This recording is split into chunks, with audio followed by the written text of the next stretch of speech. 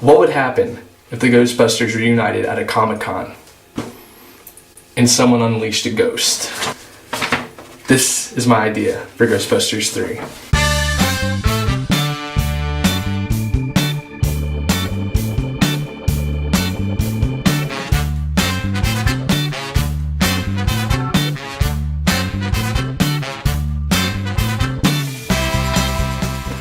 Hey everybody, this is Derek Gertie, Ghostbusters super fan, Ghostbusters mega fan, just everything Ghostbusters, right?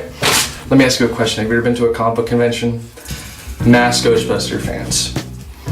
Seriously, there's so many people wearing these kind of shirts. And the people make their own proton packs. So much creativity goes into these things. So why not give these fans a treat and include them in the third Ghostbusters film? Make it an event. Be in the new Ghostbusters film. All the stuff that happens at a Comic-Con would happen in this film. A lot of funny stuff could happen in that scenario. You put the Ghostbusters in the Comic-Con situation. You have the panels, the way to interact with the fans. There's so much comedic possibilities in that scenario. Let me explain the plot through introducing what I believe would be the perfect cast for Ghostbusters 3. Dan Aykroyd as Ray Stantz. For the last 10 years, he's been starring on his own reality TV show similar to Ghost Hunters. In fact, it would be an awesome idea for the guys from Ghost Hunters to make a cameo appearance during the Comic-Con portion of our film. Bill Murray needs to be back as Peter Venkman. Besides appearing on a few talk shows every couple of years, Peter's basically just enjoying retirement with Dana in their New York apartment. Ernie Hudson as Winston Zeddemore. He's been living the good life with his wife and kids in upstate New York and appears at conventions frequently. Dana, aka Sigourney Weaver, is still playing cello for the New York Philharmonic. It's at one of her concerts where Peter spots Ray sitting in the audience after years of avoiding him. Ray invites Peter to be involved in a ghost hunting panel and Ghostbusters reunion at a big comic book convention going on in New York in a few weeks. Peter, like he's done for the past 20 years, says no. It's essentially art imitating life. But then Dana butts in and invites Ray to Oscar's graduation. Oscar, Dana's baby from Ghostbusters 2, would be played in my perfect film by Andy Samberg. Oscar, taking after his mom, has been studying music at Columbia University, the same campus Peter and Ray taught in the first Ghostbusters film. However, instead of pursuing classical music, Oscar wants to be a rapper. I'm not a part of your system, I threw it to the ground. At his graduation, he pulls up in front of the campus auditorium in the Ecto-1, stepping out drunk from a hard night of partying. It's at Oscar's graduation that Peter, Ray, and Winston reunite. Winston is accompanied by his nephew, who I'd love to see be played by Kevin Hart, who is also graduating from Columbia. Before the ceremony starts, Ray and Peter walk around their old campus reminiscing about the past, echoing the scene from the original Ghostbusters where Peter says, "Call it fate, call it luck, call it karma." During their conversation, Peter asks Ray about his TV show and how he can stand Ray's co-host and ghost hunting apprentice, Jeremy, who would, in my vision, be played by Jonah Hill. It is also during this conversation that Peter broaches the subject to Ray as to why he's never gotten married.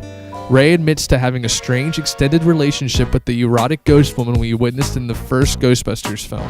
Ray also admits that he and the ghost lady somehow had a half-ghost, half-human offspring who, in adult form, could be played by Bill Hader. Ray's ghost baby is a weird, zombie-like character who Ray keeps locked away in secret in his basement with Slimer. Venturing back inside the campus auditorium, Ray and Peter join Dana, Winston, and Oscar's girlfriend, who could be played by a number of different women, but I personally would choose Mary Elizabeth Winstead. That rounds out our main cast. However, once the comic book convention portion of our film starts, there could be a number of celebrity cameos. While Ray, Jeremy, Winston, and his nephew sit at a convention booth signing autographs, waiting to see if Peter will show up, I'm picturing Will Ferrell approaching them playing an obsessed, overzealous fan in a Ghostbusters uniform. Jim Parsons could appear, or anyone from The Big Bang Theory for that matter. Craig Robinson could play the Ghostbusters bodyguard.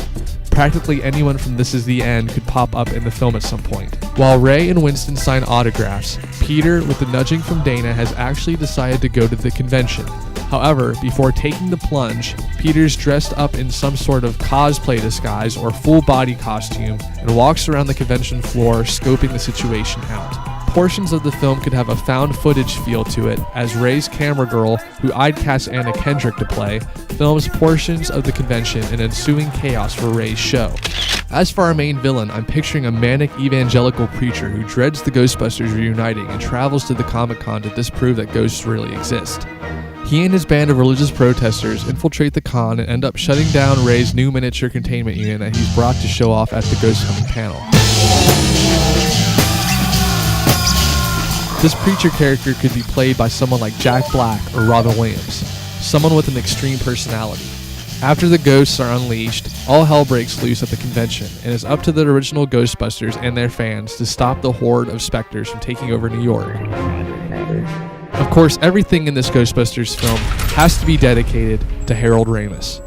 Without his presence, the film will never recapture what they had in the first two films. But let's make Ghostbusters 3 as a tribute to the genius of Harold Ramis.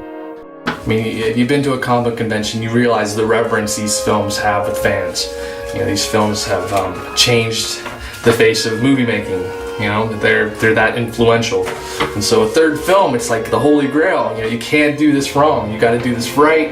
Don't screw this thing up, whoever gets this. And hopefully, if you see this right now, you think I'd be a good director. I could do this. This would be a great job for me. Mr. Aykroyd, Mr. Reitman, please consider me for Ghostbusters 3. You're never gonna regret this, right?